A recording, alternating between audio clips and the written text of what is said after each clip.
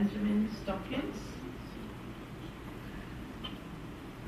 who is from the University of La Frontera, where he is the professor of medicine, and he also works and directs the cardiac center at the Hospital of I'm sorry, I couldn't see very well, but maybe I mentioned it wrongly.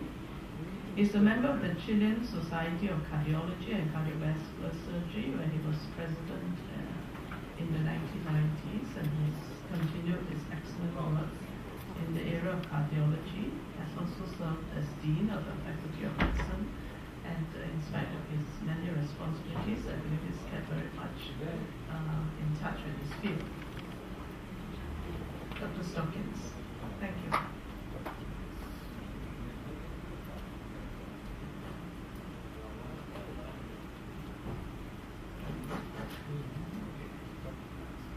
It's okay?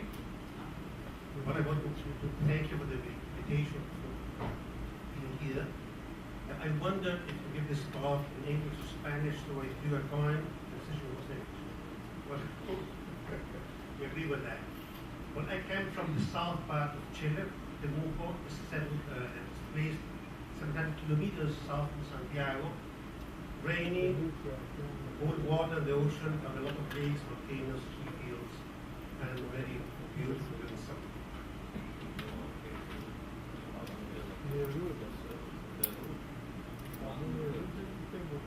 Okay, I'm not going to repeat what was said before, but the last two lines.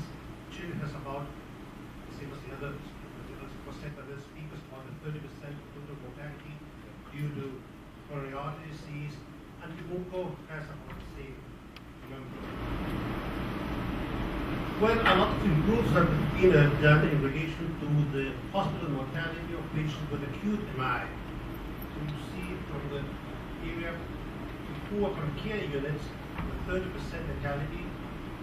After that, 50%, and to 5 to 7 in the area of perfusion due to thrombolysis or primary angioplasty. But, as was said before, atherosclerosis is continued, starting early in life, and ends with this rupture of the plaque and on the acute syndrome. It was already said, observed in 1953 during the Korean War, where young soldiers who died during the war were at the opposite and seen that the arteries were already sick. So if we have an MI and we survive, if we do want to have the future, we have to behave well.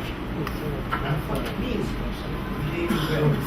well, that was a wonderful explained by these authors. It was a beautiful study. It was wonderful sitting close to Boston and London, the cramming parts, which showed us which are the ways to be sick again or to start being sick, the so-called risk factors.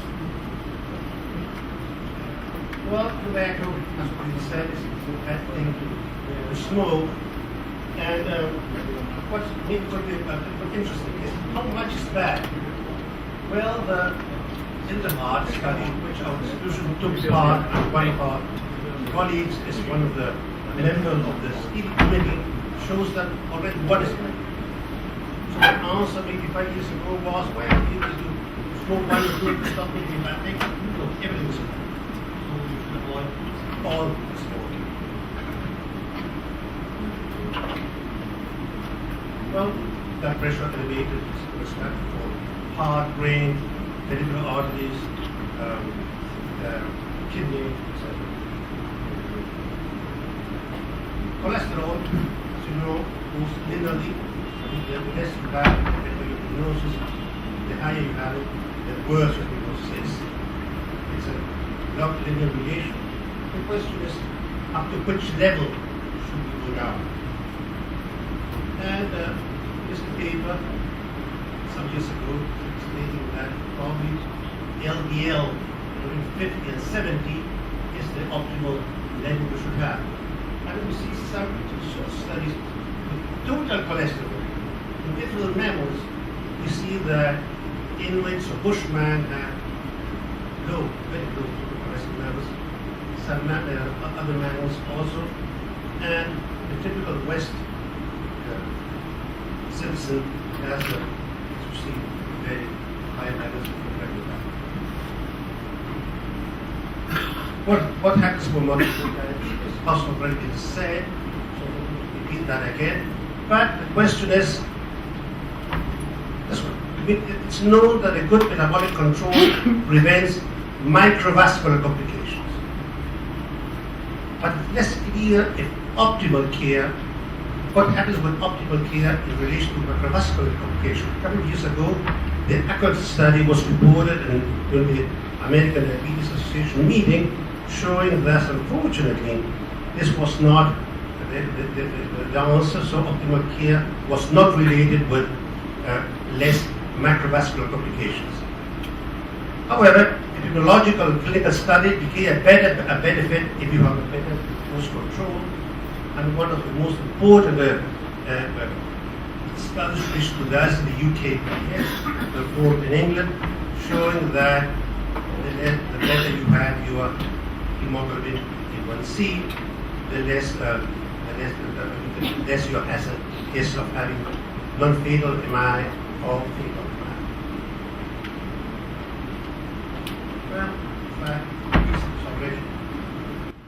Well, obesity is already said, so that overweight and obesity are bad. And abdominal obesity is probably the most important thing, being the international number 102 centimeters for men and 88 centimeters for women. It's not really clear what should be the numbers for Latin American countries. After the first Chilean health survey, it was decided that the Chilean number should be 87 centimeters for men and 83 for women. So, in relation to these risk factors, according to Interheart, with 9 risk factors, you have about 90% of the population risk of having a acute MI or coronary artery disease in the future. So what can we do with the people in order to try to avoid to have a second heart attack? Well, exercise is very important. Has a lot of good indications for that. Unfortunately, rehabilitation programs, very few people go to them. It's known that anyway, any level of exercise is also used. Well, what happens with diet? Unfortunately, the mean reduction of total cholesterol and LDL cholesterol in many trials is about 10%. Which are our aims in relation to cardiovascular prevention? Well, these are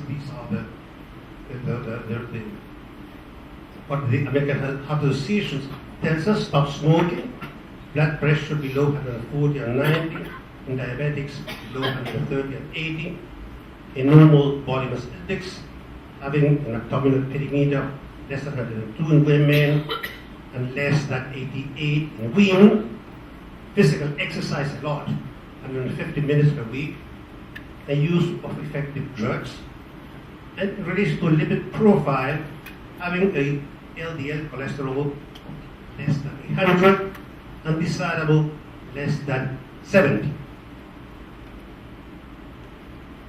What's the prevalence of modifiable risk factors in Latin America? Well, smoking is the most important one, between 22 and 45, followed by obesity, hypertension, hypercholesterolemia, and diabetes.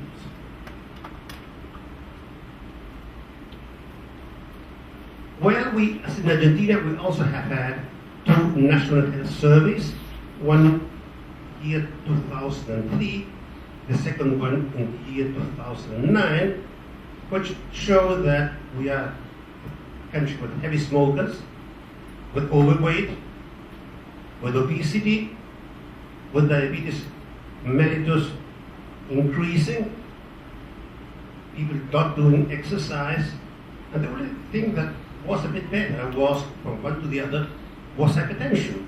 But in the comments of the authors, they say that the measurements were not quite the same, and the way they measured in the first one and the second one both were not quite the same, so those figures were not able to be compared. Unfortunately, it was a good figure. What does WHO plan or suggest as a preventive strategy? Well, the whole population.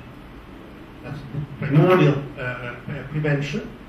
Prevention in individuals in high risk, and secondary prevention, people who already have had a acute coronary or brain or any kind of manifestation of atherosclerosis. That should be complementary, but at the end of the day, most interventions are individuals and groups 2 and 3 because they're much more easier to formalize, and probably possibly need less money for doing that. Most cases, however, come from the group 1 because they're much more numerous than the others.